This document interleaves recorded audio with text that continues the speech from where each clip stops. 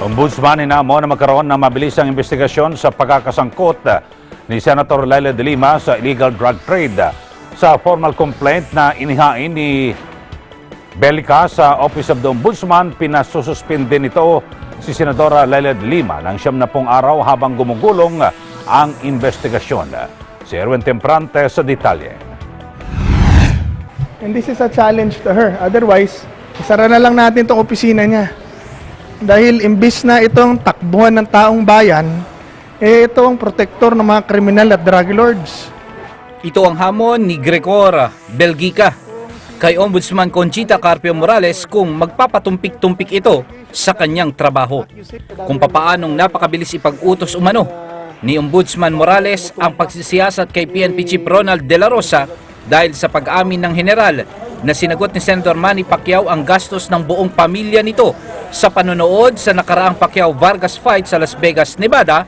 Dapat rin anyang iutos ng mabilisan ng ombudsman ang investigasyon sa pagkakasangkot ni Senadora Leila de Lima sa illegal drug trade matapos aminin na nakarelasyon nga nito ang kanyang dating driver bodyguard na si Ronnie Dayan na sinasabing kolektor ng drug money mula sa loob ng NBP. Sa dami ng naglabasang testimonya na nagsasabing sangkot ang senadora sa illegal drug trade sa loob ng pambansang piitan, maliwanag na may probable cause o matibay na batayan upang paimbestigahan ng senadora.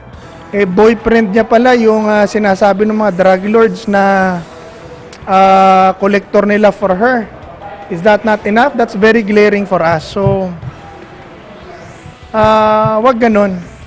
Ang ating pagsiservisyo para sa tao, ang ating katapatan para sa bayan at sa ating saligang batas, hindi sa partido. Sa formal complaint na inihain ni Belgica sa Office of the Ombudsman ngayong araw, pinapasuspindi nito si Senadora Leila de Lima ng 70 araw habang gumugulong ang investigasyon dahil sa paglabag ng senadora sa gross immorality na nangyari noong Justice Secretary pa ito. It will be a case that she can act on. Actually, hindi mo kakailangan i-file to eh. Ano to eh, motu proprio eh. Diba? Si Bato, nung in-investigate niya, inamin daw, may admission daw. Ito, ganun din eh.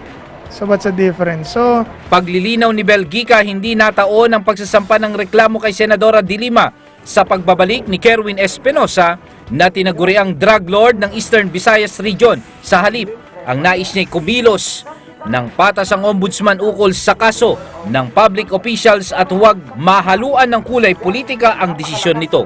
Kung sakaling hindi kikilos ang ombudsman, isa lang anya ang maliwanag rito, may kinikilingan si Ombudsman Conchita Carpio Morales. Just to prove na yung sinasabi natin na she's being unfair. She is being unfair, she is playing politics. At kung hindi natin makuha ang kakatarungan sa hukuman, at least man lang mag-suffer siya sa isipan at damdamin ng mga tao na gano'n ang ginawa niya. Sagot naman ni Belgica sa paglusot ng senadora, natigilan na ang kanyang personal at pribadong buhay, isang krimen, ang pakikiapid o adultery na dapat imbestigahan ng ombudsman. Para sa Eagle News, Erwin Temperante. I'm Juan with 25.